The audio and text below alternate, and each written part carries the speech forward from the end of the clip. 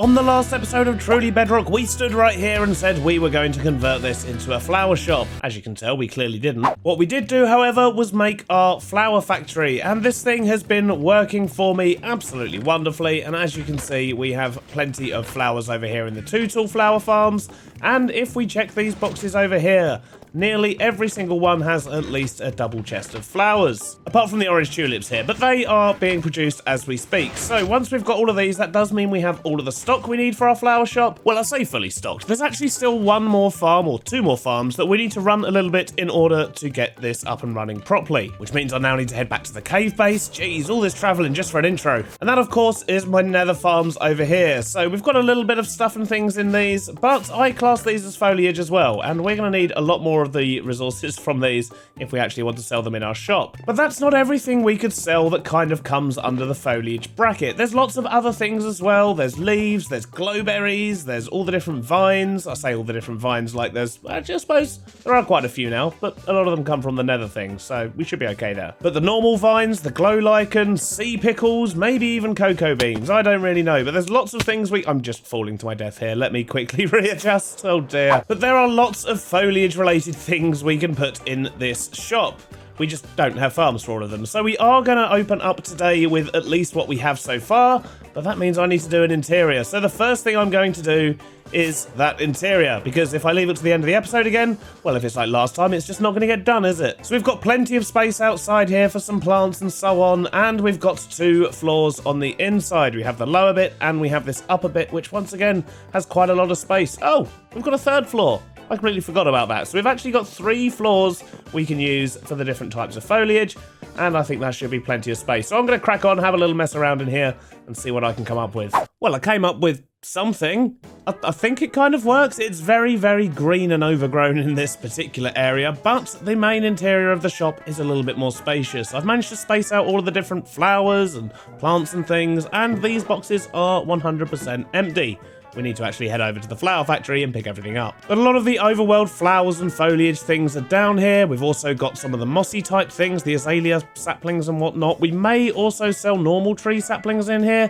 The problem is we don't really have a farm for those, so yeah, maybe we won't. This, however, only covers the downstairs. We still need to do the upstairs, and this is where we're going to be putting all the more nether-based things, because getting all those in a slightly separate area, I think is going to work a bit better, so that there's not massive clashes going on down here. I will, of course, also need to add some of the nether bits out the front here so that it's obvious we sell them, so we can replace a few of these bits as we go. But overall, I'm very pleased with how it's coming out so far. We just need to, as I say, get the rest of this build finished. So I'll see you in just a moment. Well, we've still got a little way to go. However, progress has been made. I've managed to get at least the mushroomy bits in here, and we've got a little area here for some of the roots and vines. However, it has occurred to me that we don't actually have everything in stock that we need to be able to stock here. But I'm hoping that we've at least got some of what I need in here so I can show you what it is we're missing. I don't think I do, though. I do not. We must go further afield into the nether. And what we need are some of these for a start. Okay, 1, that'll do. But as well as the twisting vines, we also want some of these, which are the, I don't even know what they're called. Weeping vines, that's the one. So we need twisted and weeping vines. However, I don't actually have a farm for these, so I guess we're gonna have to figure out how we're gonna farm these. And you know what that means. It's time for Professor Beardstone. And over here on our creative world, we're going to see if we can figure out how to farm these things. I've got an idea in mind, and I don't see why it wouldn't work, at least for the twisting vines, because these, you just bone meal. They grow like that. It's basically like bamboo. So we could use a similar system to we do with bamboo.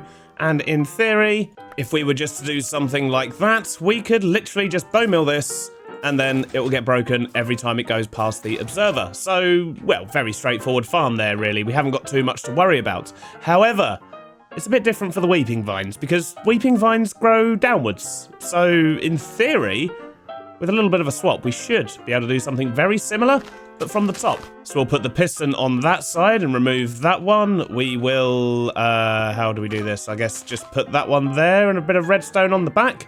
And in theory, this should also work. In fact, I should probably raise this up a little bit just so we don't lose the seed piece. There we go. Yep, simple as that. Okay, so doing farms for these 2 is going to be very, very simple. However, this isn't all we want to do. I also want to see if we can farm these vines, but I know for a fact that we can't bone meal those. So we're going to have to just put in a manual farm for those. However, glow lichen can be bone milled. As you can see, it is wrapping around the block here. So I do wonder if we can do something with that. So my thinking is if we stick some glow lichen onto the front of a dispenser, every time that gets bone milled, it's going to spread. Although it does, okay, it does spread all the way out here. So having as many dispensers as possible shooting at that, I think is going to be the way to go. So in theory, if we have 5 dispensers like that and we power those, they should all be getting fired. It looks like they are. And then if we put a glow lichen on the back there, is that just going to continually grow? It is. Then I should just be able to stand here, harvest this top vine, and if it doesn't go in my inventory, it'll go directly into the hopper. And look at that, 25 very, very quickly. Excellent. So that's 3 more farms that we need to get built up in our flower area. Although before we leave this creative world, there is one more thing I want to try and farm, and that is this big drip leaf. Although it's very similar to bamboo in the way that it just grows up like that, we can use it to trigger an observer and then shoot it. The one difference is when these break, it actually gets rid of the source one. So it's going to kind of be a cross between like the cocoa bean farm and this one, I guess, where you have to constantly place the item. So let's see if we can't quickly work something out for that, but I don't see it being too difficult, to be honest. So something as simple as that should go up and... okay. Oh, I haven't powered it. Yep, that would make a lot more sense if I was to do that. So once again, something as simple as this should work, and if we just quickly get that powered... okay, why is it... okay, that was strange. For some reason, it didn't actually break the one at the bottom there. Is that going to happen often? Right, so I don't need to replace the one at the bottom? That's very weird.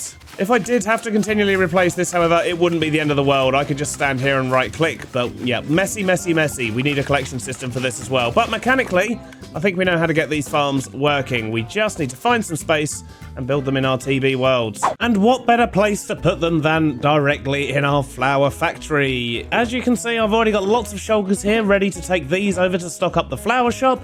But I think we could probably do something a little bit better down here, because I made a slight boo-boo on a previous episode, well, in fact on the last episode, in that I've placed grass blocks down here, which, yes, looks nice. I can plant flowers. Excellent. But it does cause some problems. Because, of course, this is where our passive mob farm is, and this is only about 20 blocks above the flower farm, so I've had passive mobs spawning down there, which is not ideal because, well, it's going to completely tank the rates on this farm if I leave them there, so I do need to remove the grass on the floor below, and I think by adding in these new farms, we're going to be filling up a lot of the space anyway. And any space we have left over, I guess we're just going to have to come up with a better way of decorating. So, step 1, let's clear some space. I've just removed the floor. Oh no. Space cleared, and I think I have pretty much everything I need in order to build these farms. So I guess I'm just gonna figure out how to fit these in. I mean, they're quite small, so that shouldn't really be much of an issue, right? So I think on this side here, I'm gonna put the 2 vine farms, and that should leave a little bit of space here to add some chests where we can stash some excess bits, because we're only gonna have 1 collection chest beneath each one. And I think the first thing I'm gonna do is get a timer squeezed in at the back here. In fact, I think this might work a bit better lower down. So if I put a observer there and stick another one there, and then if we have this there, I guess, and then if we do that, that will enable us to turn it on and off. Easy as that. So let's cover that over, and the next thing we want to do is to get a minecart on top of this. But this minecart also needs to sit inside a grass block, not a dirt block. Let me grab one of those. In fact, it could have been any block, I believe, but we're going to use grass just because it ties it in with everything else we've got going on in here. So what we need to do is to drop a hopper minecart inside that block, so just like that. Simple. And then we'll block off the back of that to prevent any potential problems in future. And I guess now we need to do a little bit of redstone. So we need a redstone dust there, which is what the observer is powering into. So in theory, if we flick that, yep, that's going to make that flick, which is perfect. And then we'll put another redstone dust there. And the last thing we need is just a dispenser. Although in order to power this properly, I might be better off putting a redstone torch right there, putting a block on top, and then putting the redstone dust there. Now it's actually connected, and that should, if I can actually hit the lever, there we go. So that is now firing the dispenser, although it's all getting immediately picked up by the hopper minecart. So this whole system here is working. Excellent stuff. Now we just need to block it in a little bit, and then we'll put a piston there with a block on the back. And let's just quickly fill in this a little bit too. An observer facing out.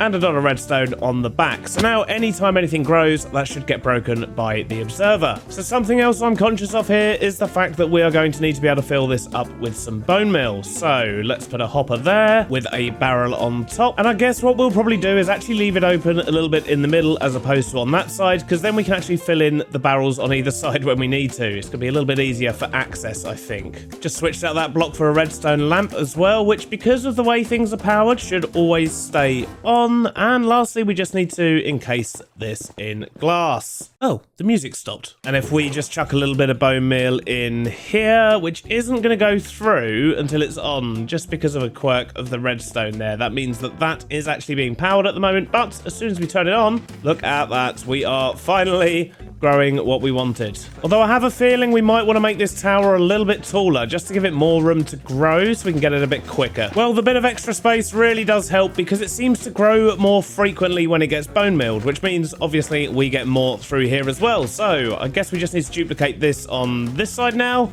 And by duplicate, I mean duplicate and invert, of course, because the next one is going to be for the weeping vines. And let's see if this one's going to work.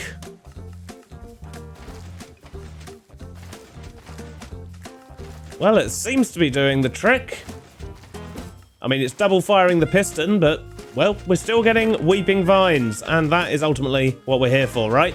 And then we'll just add a ladder on the side so we can get up the top here and into the barrel. We don't need anything to be too fancy up here, so that should be absolutely fine. And we're missing loads of glass here. Let's get all this sorted out. That is not ideal. So with those two done, next up, I think we want to do the glow lichen farm. And I'm probably going to put that one around here somewhere, maybe? Or actually, yeah, makes much more sense to put it over here. That means I've got a little bit more clearing to do.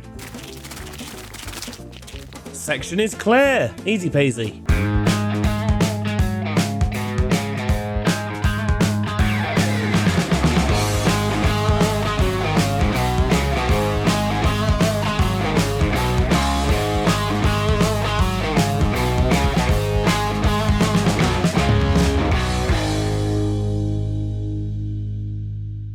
So after a fair amount of trial and error, as you probably saw in that very short montage, I finally got things working. We went and got ourselves some glow lichen, and now when I turn this on, I can quite simply just stand here and I just turned it off. There we go. When I turn this on, no, can I turn it on? Have I broken it?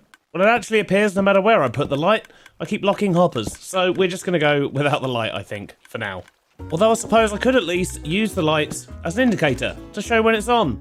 Or off, as the case may be. I've just turned it off again. Wait a minute. What? Why must everything be so awkward? So the light's on when the machine's off, and then the light's off when the machine's on. But as I was trying to say, the machine does actually work. It's just the lights that are the problem. So I guess I've got a little bit more fiddling to make sure that this area is actually well lit. But we still have one more farm to build, and that, of course, is our big drip leaf farm. I'm not entirely sure where to put it. I am thinking possibly over here would be a... How is that? How is that happening? There's nothing there for you to stand on, buddy. I'm just going to ignore that. But what we could do is we could actually put the big drip leaf farm in here, in this sort of section, get rid of these last few flowers. And I've had these ones running in the background as well. It looks like this one's actually run out now, though. You may also notice I've made a slight change here. I've removed the observer because for some reason it wasn't always detecting when stuff was growing. So now it just kind of does this and it works better. It's fine. So I'm going to mess around in here for a little bit more. I'll try and fix the lighting situation over here. And hopefully when we come back, that horse will have sorted himself out, but also we'll have a big drip leaf farm sitting right here. Let's see how we can do this. We can do this something like that.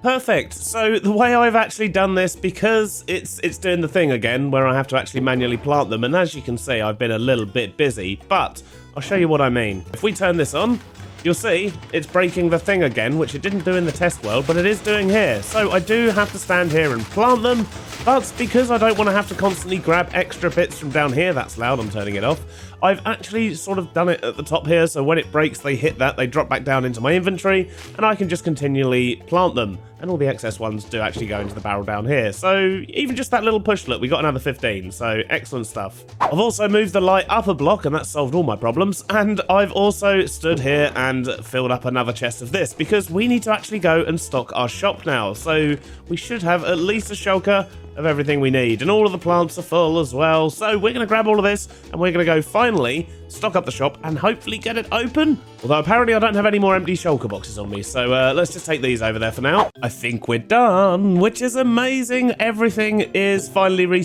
oh no, I forgot to do. Dang it.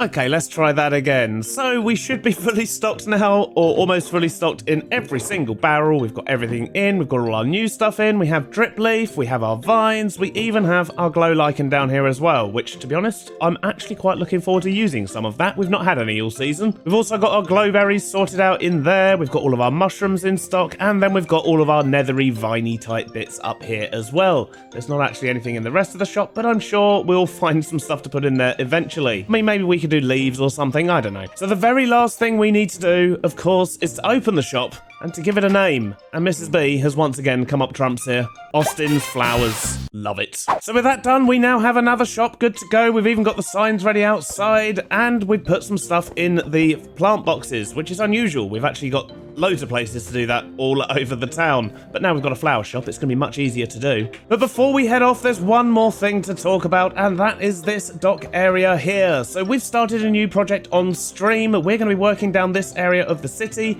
We're going to be expanding the docks. As you can see, we've still got lots to do on the wall over there, but we want to start building this lower side of the city, and I will be doing occasional video updates on what's going on down here. But if you want to see the whole progress of that and see it come together, then do of course check out the stream. But for now, sadly, that's all we've got time for, and I'll see you all on the next one. Bye bye now.